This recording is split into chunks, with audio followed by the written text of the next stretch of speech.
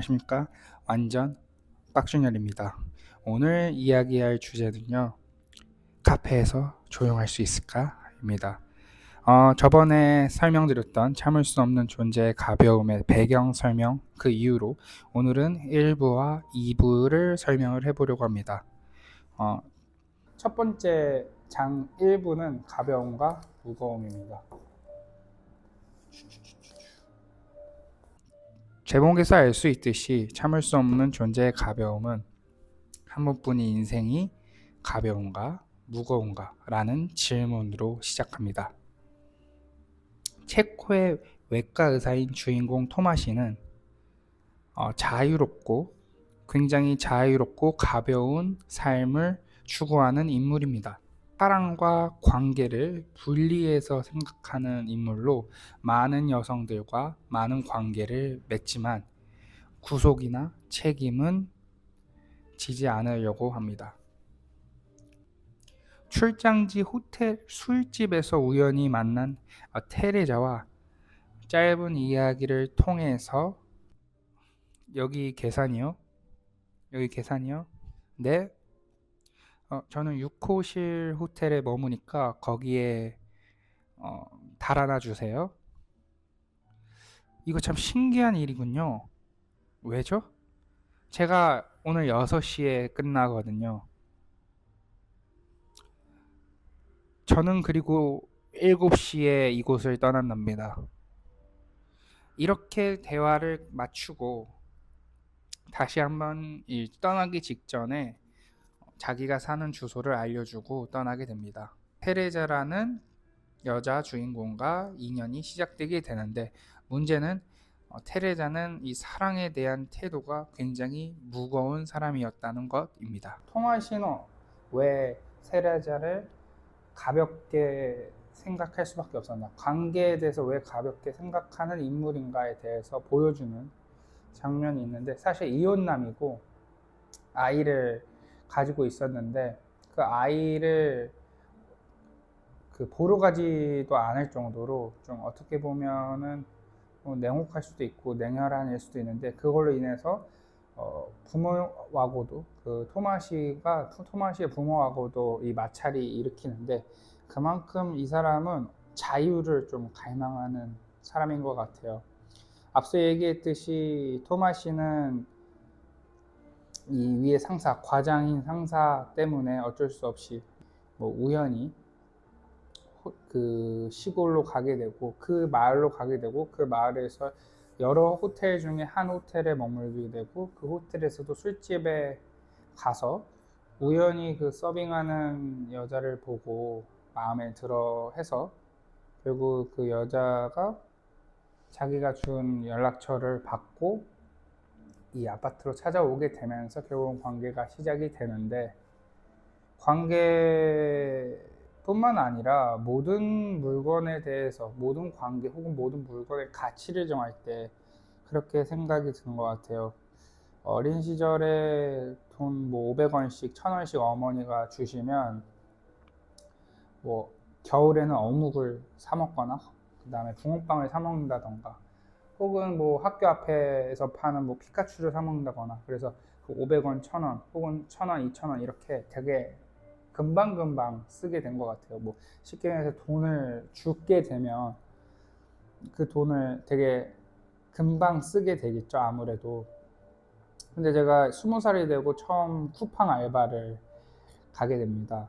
그래서 쿠팡 알바에서 이 분류 작업을 하는 파트에 배정이 되어 있었는데, 그때 좀 쉽진 않았던 것 같아요. 처음 알바여서 욕도 많이 먹고, 그렇게 벌었던 1급 7만 8천 원은 물론 다 쓰긴 썼지만 그거를 쓰는 데까지 굉장히 오래 걸렸던 것 같습니다.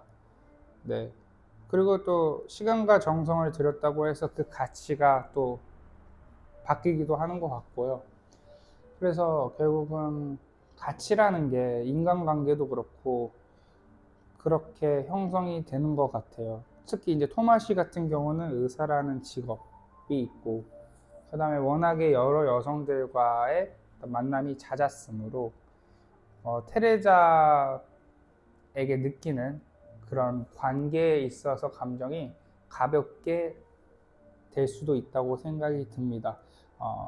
물론 생긴 것도 좀 잘생기지 않았을까 싶습니다. 토마시는 가벼움을 좀 상징하는 사람인 것 같고, 아까 얘기했듯이 술집에서 만나서 이 토마시의 아파트로 오게 되는 테레자 같은 경우는 톨스토이의 안나 카레리나라는 작품을 꽂고 이제 오게 됩니다. 아마 여기 등장할 텐데 요쪽에 자료가 뜰 텐데, 안나 카레리나를 읽어보진 않았지만 너무나도 유명한 첫 문장이 있습니다.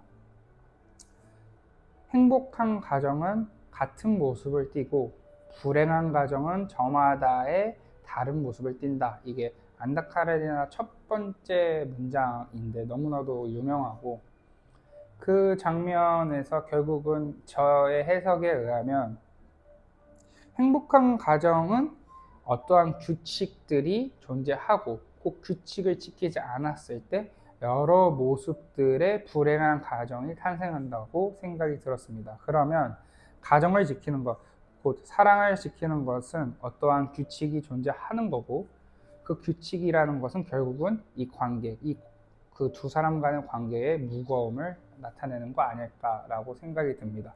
물론 더 다음 장에 사실 안나 카레리나라는 작품을 이 옆구리에 껴서 가져온 건 토마시의 세계로 가는 일종의 약간 출입증 같은 거였다, 이렇게 얘기가 나오는데, 이처럼 어떻게 물론 이제 다양한 해석이 존재하겠지만은 저는 그 많은 책 중에 굳이 이 안나 카레리나라는 작품을 테레자가 들고 등장했을까에 대해서 고민을 했었고, 그 고민에 대한 답으로 이 사람은 사랑에 대해서, 결국 그 안나 카레니나라는 작품도 사랑에 대해서 다룬 작품이고, 그 작품에 대해서 결국은 이 사람은 관계에 대해서 무거움을 좀 생각을 상징하는 사람이구나 라고 느꼈습니다. 2부에서는 테레자가 왜 사랑 혹은 관계에 대해서 혹은 삶에 대해서 왜 무겁게 대하는지를 알 수 있는 설명이 시작됩니다. 테레자의 어머니의 영향으로부터 테레자는 인생에 대해서 무겁게 생각을 하게 되었는데요. 테레자의 어머님은 삶을 굉장히 가볍게 생각하는 인물 중 하나입니다. 집에서 옷을 벗고 돌아다닐 정도로 자유분방하고, 거기에 테레자가 목욕을 한다거나 그럴 때는 문을 잠그지 말라고 할 정도로 어떻게 보면 개인의 공간을 허용하지 않는 그런 모습을 보입니다. 그런 모습에서 자라왔던 테레자는 그런 자유분방한 모습 속에서 오히려 억압을 느끼는 것 같습니다. 그래서 자기 존재 자체에 대해서 부정이 되는 것 같고, 자기 존재가 자꾸 사라지게 되는 생각을 하는 겁니다. 따라서 테레자는 자신의 어머니의 자유분방한 모습을 통해 가벼움을 느꼈다기보다는 그 가벼운 행동을 통해서 점차 자기 자신의 존재가 사라져가는 것을 느꼈고, 그와 반대로 자신의 삶과 그리고 사랑에 대해서 무겁게 받아들이면서 자기 개인의 존재 자체를 지키려고 애쓰는 인물입니다. 근데 문제는 토마시를 만나게 되면서, 토마시라는 남자는 삶을 가볍게 삶이라는 거에 대해서 가볍게 생각하는 인물입니다. 그럼 무겁게 생각하는 사람과 가볍게 생각하는 사람이 만났으니 당연히 충돌이 일어나겠죠. 토마시는 여전히 테레자와 만남 이후에도 관계와 사랑은 별개의 것이라고 여기고 많은 외도와 많은 관계를 맺고 다닙니다. 테레자는 그런 모습을 보면서 마치 자기의 몸이 가벼이 여겨지는 것 같은 느낌을 들면서 굉장히 고통스러워합니다. 그럼에도 불구하고 둘은 계속 함께 또 헤어졌다가 다시 만났다가 헤어졌다가 만났다가를 지금 현재 반복하고 있는데, 이렇게 1부, 2부의 전체적인 내용은 이렇습니다. 2부에서는 영혼과 육체인데, 첫 번째에서 어떻게 작가가 이야기를 하냐면, 육체로부터 추론된 것이 이것이 영혼이다. 이렇게 적어져 있고, 우리가 흔히 인간이 결국은 두 개로 나누는 걸 좀 좋아하는 것 같아요. 선과 악이 있고, 뭐 빛과 어둠이 있고, 뭐 그런 식으로 두 개로 나누는데, 그러면 영혼과 육체에 대해서는 이게 두 개가 나눠지는지 하나가 되는 건지. 요즘 이 작가 설명에 의하면 요즘에는 과학에 의해서 영혼과 육체라는 건 결국은 이렇게 분리되어지지는 않는다. 옛날에는 이런 생각도 했었던 것 같아요. 우리가 그 영혼이라는 게 있고 육체라는 게 있어. 사람이 이제 죽으면 무게를 재면서 뭐 몇 그램이 차이가 나서 영혼의 무게다. 그 무게가 죽은 사람의 무게가 실제 무게와 차이가 나므로 그 무게가 영혼이 빠져나간 그 무게다. 그래서 영혼과 육체가 분리되어 있다. 이렇게도 얘기를 했었는데, 뭐 그건 아니라고 이제 밝혀졌기 때문에 영혼과 육체는 그러면 뭐 갈라지지 않은 건가? 이렇게 이제 설명을 하고 시작이 됩니다. 근데 되게 재미있는 얘기래요, 2부에서. 우리 이제 데이트를 하다 보면 마음에 드는 사람 앞에서 좋은 모습만 보여주고 싶잖아요. 예를 들면은 뭐 배가 너무 데이트 중에 뭐 생리 현상이 일어나, 뭐 예를 들면 방구를 끼고 싶다던가 트름 혹은 뭐 하품 이런 거를 좀 절제하게 되잖아요. 근데 배가 너무 고파서 창자에서 꾸르륵 소리가 나는 적이 있었어요. 그러다 보니까 너의 말대로 육체에서 추론된 게 결국 영혼이라면, 이 내가 지금 배고파서 꼬르륵 거린 거는 이 육체의 행동인데, 이게 지금 내가 이 좋아하는 사람 앞에서 잘 보이려고 하는 나의 이 생각과는 일치되지는 않는다. 그럼 이런 행동은 어떻게 나온 것이냐? 그러면 이거는 너가 그렇게 좋아하는 그 과학의 환상을 깨는 거 아니냐? 그러니까 육체와 영혼이 하나라는 그 얘기는 거짓 아니냐? 이런 식으로 얘기를 하면서 시작을 하는데, 뭐 각자 어떻게 생각할지는 모르겠으나 2부에서는 그렇게 시작을 하는 것 같습니다.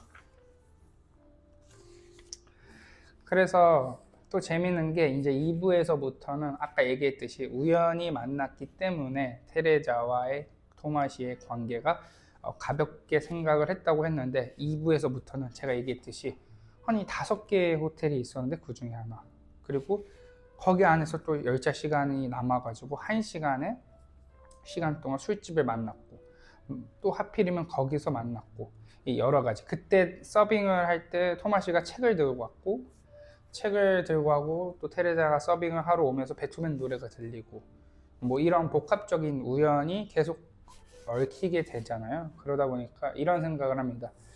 아무리 우연이어도 이런 많은 우연이 중첩된 우연이라면 혹시 여기에 어떤 의미가 있지는 않을까.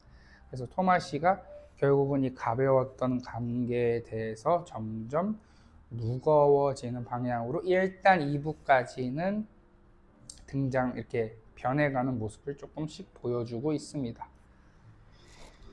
네, 여기까지가 일단 2부의 내용이고, 사실 이제 3부부터는 뭐 사비나라는 또 다른 여성이 등장을 하고, 또 중간중간에 그 테레자의 어머니의 이야기라던가 다양한 이야기들이 중첩되어 있거든요. 그래서 일단은 저는 주인공 2명을 설정하고 1부, 2부에 대해서 간략하게 설명을 드렸습니다. 사실 지금 카페에 왔는데 이게 전면 카메라로 영상을 찍고 있는데 뒤에 받침이 부족해서 제 커피를 받치고 찍고 있는 상황이라 지금 카페에 왔는데도 불구하고 커피를 아마 못 마실 것 같아요. 그래서 네, 아무튼 그렇습니다. 감사합니다. 지금까지 완전 빡김일이었습니다. 카페에서는 조용히